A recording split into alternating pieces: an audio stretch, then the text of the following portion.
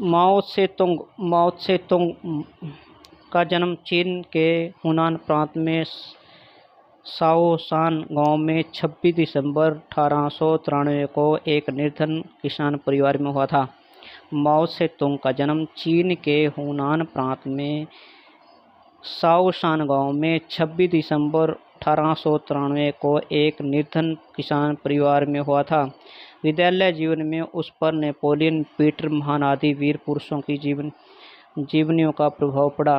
विद्यालय जीवन में उस पर नेपोलियन, पीटर महान आदि वीर पुरुषों की जीवनियों का प्रभाव पड़ा। उसने गुरु यांग से पश्चिमी विचार ग्रहण करते हुए भी उसकी विचारधारा मूलतः चीनी ही बनी रही। वर्ष 1920 में वह चीनी साम्यवादी दल का प्रारंभिक सदस्य बना।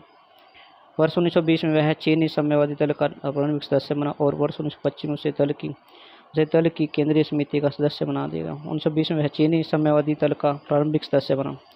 1920 में चीनी साम्यवादी दल का प्रारंभिक सदस्य बना और 1925 में उसे दल की केंद्रीय समिति का सदस्य बना दिया गया। वर्ष 1927 में चीनी साम्यवादी नेताओं का पहला सम्मेलन हुआ जिसमें माओ ने बढ़ चढ़कर भाग लिया।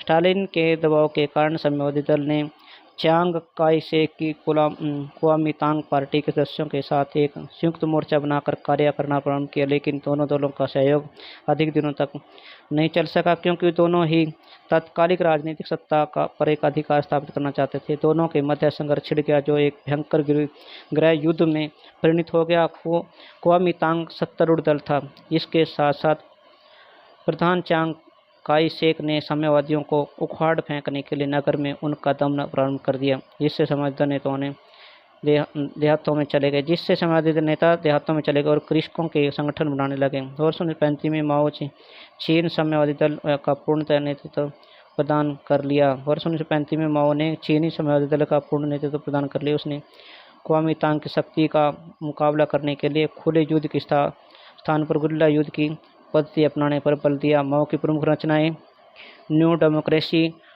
On coalition, government on contradiction, people's democratic dictatorship.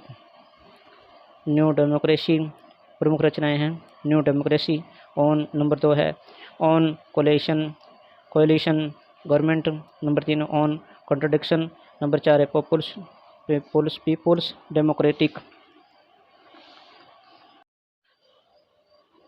Rousseau के बारे में आज पढ़ा जाएगा। रूसो का जन्म 28 जून 1712 को जिनेवा में हुआ था। रूसो का जन्म 28 जून 1712 ईस्वी में जिनेवा में हुआ था। उसके जन्म के साथ ही उसकी माता का निधन हो गया था, इसलिए रूसो लिखते हैं कि मेरा जन्म प्रथम दुर्घटना थी। उसका पिता आवार और व्यभिचारी था। उसका पिता आवारा और व्यभिचारी था। जब रूसो 10 वर्ष का हुआ था तब उसके पिता उसे छोड़कर फ्रांस चला गया क्योंकि रूसो के पिता पर अपराध का मुकदमा चल गया था। उसके चाचा ने उसे कार्य पर लगाया हुआ, परंतु उसका मालिक उसे निर्दयपूर्वक पीटता था, इसलिए वे जनेवा छोड़कर फ्रांस चला गया। फ्रांस में वह कैथोलिक पादरी के संपर्क में आया जिसने उसके लिए शिक्षा आदि की व्यवस्था की। 1778 ईस्वी में 66 वर्ष की आयु में रूसो का निधन हो गया। 1778 ईस्वी में 66 वर्ष की आयु में रूसो का निधन हो गया। रूसो की रचनाएं discourses on the moral affection of arts and sciences, discourses on the moral effects of the arts and sciences, 1751 ईस्वी में। दूसरी बुक है इसकी discourses on the origin of in equality, 1755 में लिखी गई है। तीसरी रचना इकोनॉमिक पॉलिटिक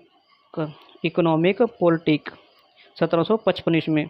और चौथी रचना है इसकी सोशल कॉन्ट्रैक्ट 1762 ईस्वी में लिखी गई। पांचवी रचना लेटर्स द लॉ मेंटेन 1764 ईस्वी में लिखी गई। और छठी रचना है इसकी द इमाइल 1762 ईस्वी में लिखी गई। और सातवीं रचना है कन्फेक्शंस। प्रकृति संबंधी विचार, जो रूसो के प्रकृति संबंधी विचार इस प्रकार हैं। रूसो की रचनाओं में मनुष्य का चित्रण एक ऐसे तनावग्रस्त व्यक्ति के रूप में है जिसका तनाव में अतीत एक तनाव मुक्त भविष्य का निर्माण करने की प्रेरणा देता है। इस तनावग्रस्त व्यक्ति की दो प्रवृत्तियां हैं, स्वार्थ और परमार्थ। स्वार्थ और परमार्थ जो आपसी कसमकस में रहती है।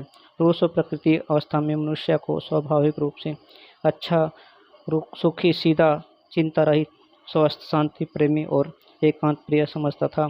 सामाजिक समझौते का सिद्धांत प्रकृति की ओर से और लौट चलो का वह कहता था कि हमें हमारा अज्ञान, हमारा भोलापन, हमारी गरीबी लौटा दो, हम स्वतंत्र हो जाएंगे। सामाजिक समझौते का सिद्धांत प्रकृति की ओर लौट चलो वह चाहता था कि हमें हमारा अज्ञान, हमारा भोलापन, हमारी गरीबी लौटा दो, हम स्वतंत्र हो जाएंगे। रूसो के प्रकृति संबंधी विचारों पर दोबारा पढ़ेंगे। रूसो की रचनाओं के में मनुष्य का चित्रण एक ऐसे तनावग्रस्त व्यक्ति के रूप में जिसका तनाव में अतीत एक तनाव मुक्त भविष्य का निर्माण करने की प्रेरणा देता है। इस तनावग्रस्त व्यक्ति की दो प्रवृत्तियां हैं, स्वार्थ और परमार्थ, जो आपसी कसमस में रहते हैं। रूसो प्रकृति अवस्था में मनुष्य को स्वाभाविक रूप में अच्छा, सुखी, सीधा, चिंता रहित, स्वस्थ, शांति प्रिय और एकांत प्रिय समझता था। सामाजिक समझौते तो सामाजिक समझौते का सिद्धांत प्रकृति की ओर लौट चलो, ये नारा रूसो ने दिया था कि प्रकृति की ओर